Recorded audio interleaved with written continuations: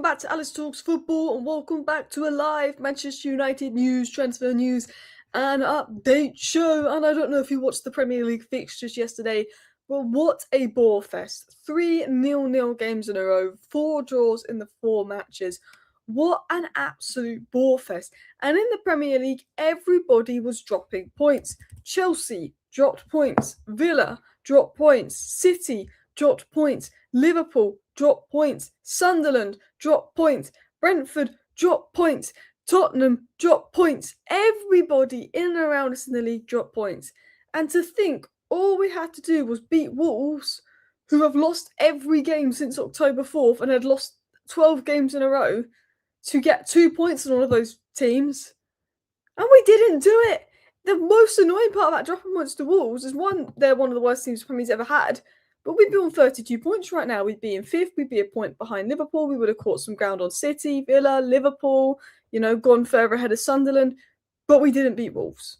That is so frustrating because every team was dropping points. Every team. Something's in the air with the Premier League this season. I don't know if the big teams have got worse. I don't know if the smaller teams have got better. But it's just the amount of points being dropped is nuts. We've got Leeds and we've got Burnley. Leeds are difficult to beat, but we should be good enough to beat them. Burnley we should beat, but I said that about Wolves. We should be using this as an opportunity to get up the table where everyone is dropping points. Another good opportunity to get up the table is the January transfer window, people. It's the January transfer window, and Manchester United need a midfielder. Manchester United are very short in the midfield, and if Manchester United want to completely change everything, that would be going for a midfielder. That is the signing that needs to happen in January. And it has been said that United's next move is now clear and it now will be for a midfielder. And they are eyeing up some midfielders in January. We're going to talk about some of the young players links, some of the more experienced players links, and how that potentially could change everything. We're going to talk about Maresca, Amorim, his job and more. Leeds away, 6 games unbeaten. It's going to be difficult. Basically, Daniel Farke was on the verge of being sacked. He changed formation 6 games ago, and they haven't lost any of the last 6 games. Daniel Farke was on the verge of being sacked. He changed tactics, he changed formation, and Leeds have now gone 6 games unbeaten. So, to Amorim, look what Daniel Farke changed formation, and it's done a lot. So, you've got to look at that as well. We should calm the F down with Ineos and the Glazers. We're going nowhere. At the end of the day, we have frustrations with Amorim, we have frustrations with certain players, we have frustrations with the club, but most of our frustrations should be with Ineos and the Glazers. They are the biggest issue at our club, not Ruben Amorim, the ownership. That is the biggest issue. Let's talk about some more news stories. Let's talk about some other bits and bobs. I hope you guys are all doing well. Hope you're all having a good start to 2026. I want to quickly talk about the Maresca news and then go into the transfer news. But what I am going to say is Manchester United have made midfield move as their priority next. Man United have made it clear they want a midfielder next.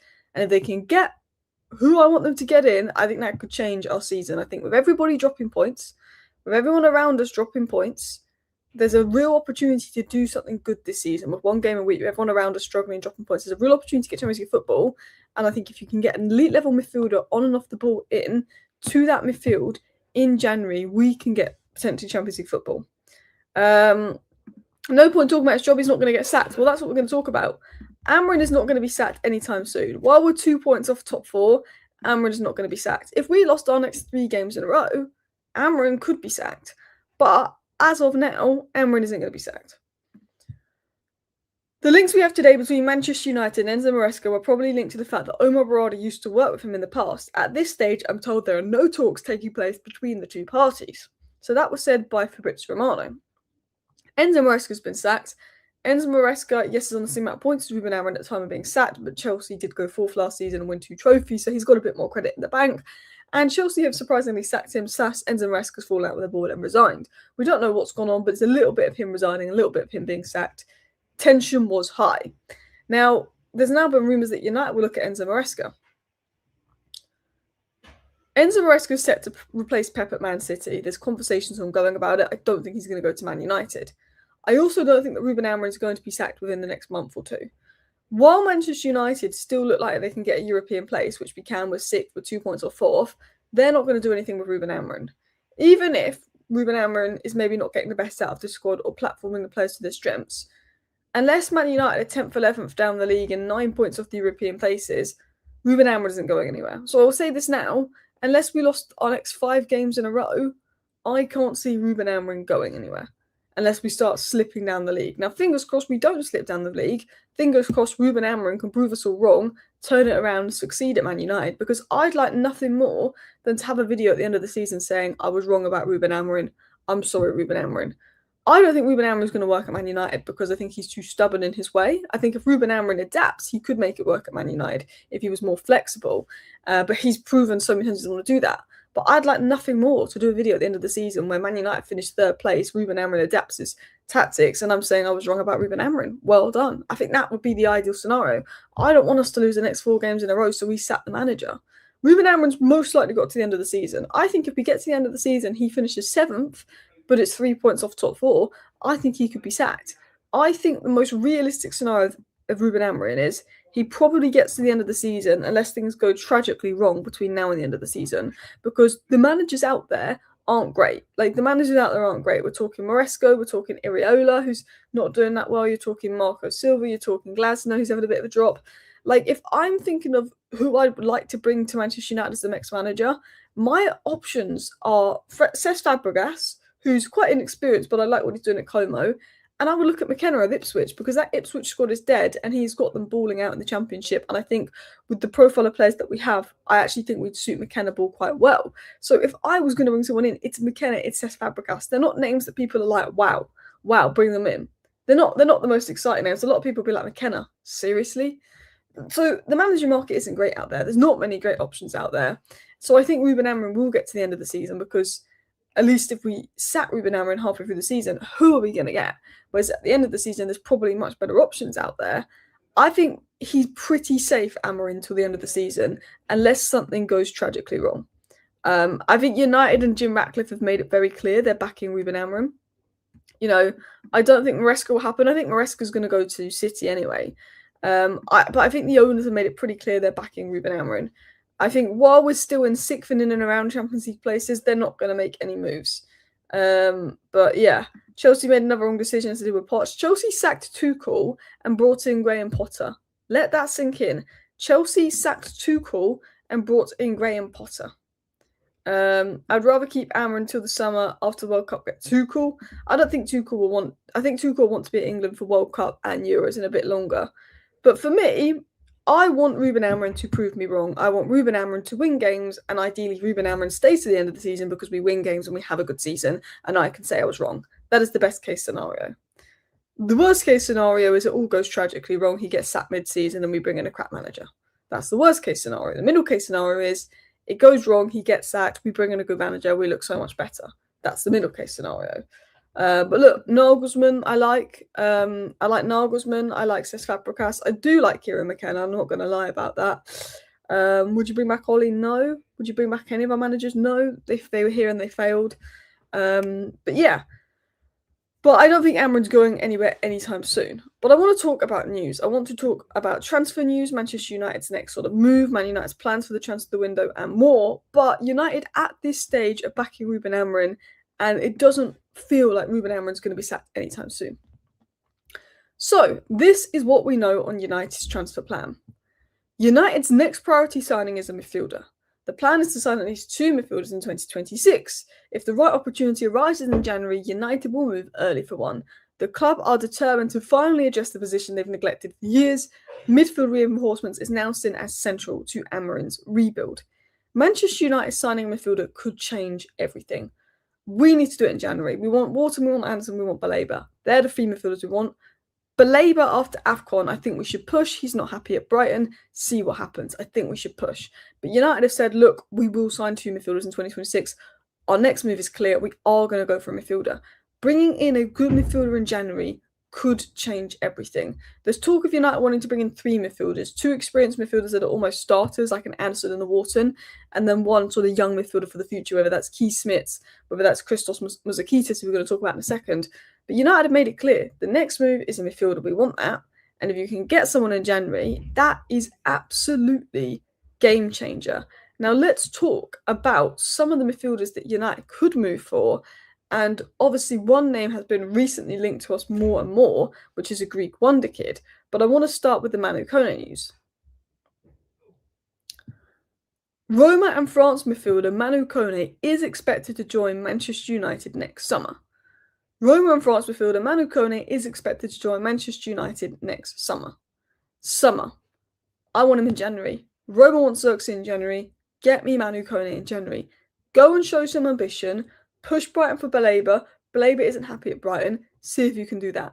Push Roma for Manu Kone. They want Xerxes. See if you can do that. Show me some ambition. Because if you bring in Carlos Baleba and you bring in Manu Kone and they hit form, we could get Champions League football. That could be the difference between us getting Champions League football or not. That could change everything. Because if we get Champions League football this season, Amorim's rebuild would speed up even more. We'd be able to get better players like maybe Elliot Anderson in, and we'd be able to progress so much more. That's what we need to do. There's talk of Conor Gallagher, there's talk of James Garner. Cool. Worst case, maybe you look at them. But you want to go for a Manu Kone. You want to go for a Carlos Baleba. You want to go for a midfielder that you know can come in January and go boom, a starter. You know, Conor Gallagher, he's a depth player. You know, Garner is a depth player. I want someone that's like boom, starter. That's what we need to do. That's what we need to do. What do I think of Diamonde? I assume you're talking of Jon Diamonde, the winger at Leipzig. I think he's a good player. I think he's raw. I would rather us go for someone like Njai that's more proven. I think United need to stop going for these young raw players and just go and get proven players. But I like Diamonde the centre-back and I like Diamonde the winger. And if we did move for them, I'm not going to complain. Yeah. But yeah, let's also talk about what we could be doing and what our next midfield move could be. United scouts are closely monitoring Olympiacos midfielder Christos Mouzakitis. He's been compared stylistically to Marco Verratti, especially in how he controls games on the ball, regarded as a high-level operator who can dictate tempo despite his age. Man United are monitoring Christos Mouzakitis. There's actually reports that he could be available in January. However, United would face competition from the likes of Real Madrid. Now, if we sign Christos Mouzakitis in January, I'm pretty happy with that. I'm not going to complain. But I would rather us bring in an experienced centre mid in January that can walk into the side, that can elevate the side and let us push for Champions League football. I think he's someone that you bring in the summer as a depth option that's young, that can learn and grow. But he's a fantastic young player. He's been described as the Greek Iniesta. He's been described as the Greek Iniesta and is set to be available for around £25 million in the January window as well. United have kept an eye on him. He turned 19 on Christmas Day. He won that Golden Boy Award for most votes as best young talent. His first Champions League start versus PSV, he was absolutely excellent. And Manchester United have been linked to this guy for quite a while now, actually. We've been linked to him on a few occasions. It was actually said by Nathan Salt last month that United scouts were at the Olympiacos game watching their midfielder Christos Mouzakitis, and he's emerging as one of the hottest prospects in Europe. We've been scouting him for a while. United have been looking at him for a while, and United see this as an opportunity and may make a move. So Man United see Mouzakitis as an opportunity and may make a move. If he's available for 25 million in January and we can beat the other clubs for him, even if he's not ready-made proven, United are thinking this could be the next Adam Morton, the next Iniesta, and United are thinking, well, this is an opportunity. So United are watching him right now as an opportunity, scouting the player, which is particularly exciting. Thank you for the super chat. Ollie was 8 for 28 points at the same stage in his first full season. We signed in Bruno Nagalo in January, finished third. Ineos must spend now. Really good super chat. I agree. Look, Bruno was just a different signing. You know, the impact Bruno had on Man United was actually nuts. Bruno was one of those signings which was just a different level. It was just a different level. But I agree. You know, we knew when we signed Bruno, he was exactly what we needed. We knew it. We needed creativity. We had Lingard and Pereira there. We knew what Bruno brought. We know we need a midfielder. Christos Mouzakitis is a great opportunity, a great youngster, and to be honest, I think he could do a job in the midfield. Don't get me wrong, we'd be very happy if we signed him. But I look at Manu Kone, I look at Carlos Baleba, and I go, they're what we need. They are what we need. And the difference it could make could be the difference between Champions League football and a bad season. Because you're absolutely right. Obviously, Bruno came in, the whole COVID situation happened, but we played some of our best football the second half of that season. I think we went 15 games unbeaten. 15 games unbeaten. I think we won 5 in a row. The guy could have cut his hair if it was 2020. You know, For me, I completely agree. This is why the January window could change everything. If United go out in January and sign a good midfielder, you could get Champions League football. I generally think that. Should United sack Cameron if we lose at Ellen Road? No. I think Ruben Amorim is a difficult one because I think Leeds are in decent form and I think we could lose this game. I think it's the manner in which you lose and also the next few results after that. I think if we lose to Leeds and then we lose to Burnley, probably yes, but our squad is very thin. Leeds are in good form. I wouldn't say sack him because we lost at Ellen Road, but I would say if we don't feel he's going to achieve us European football, then we should sack him. And I have a fear that maybe he won't achieve us European football. But I don't know. Like if we lost 2-1 to Leeds and we played well and they got a dodgy penalty and won the game and we had a depleted squad and we played well, I'm not going to be saying sack Amorim. We lost to Villa. I thought we put in a performance worthy of winning that game. I wasn't saying sack Amorim. I think with Leeds, it's like if you lose 4-0 to Leeds and it's a pathetic spineless performance, you talk about sacking Amorim. I think it also depends on the game. Because when we drop points to Bournemouth and we drop points to Villa, I didn't say sack Amorim. I said you can't blame Amorim for this.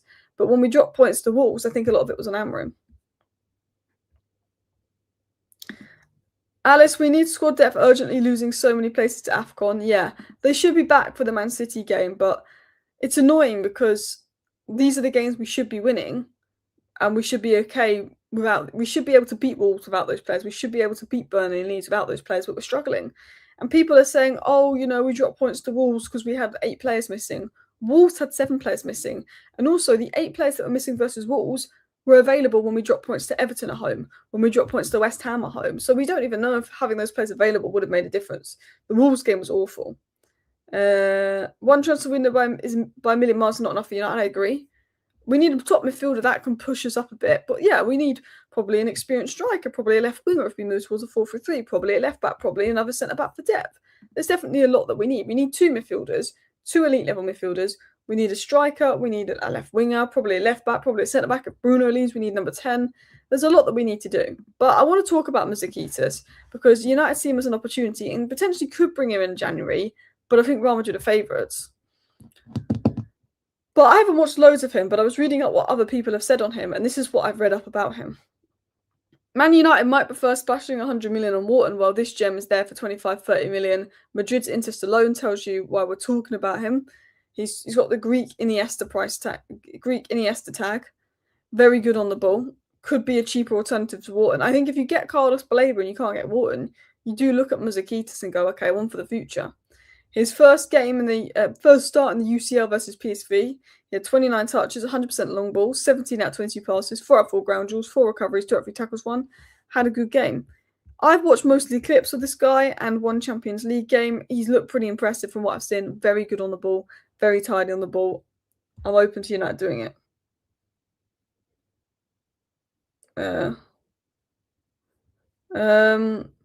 You think 3-0 Leeds could do it?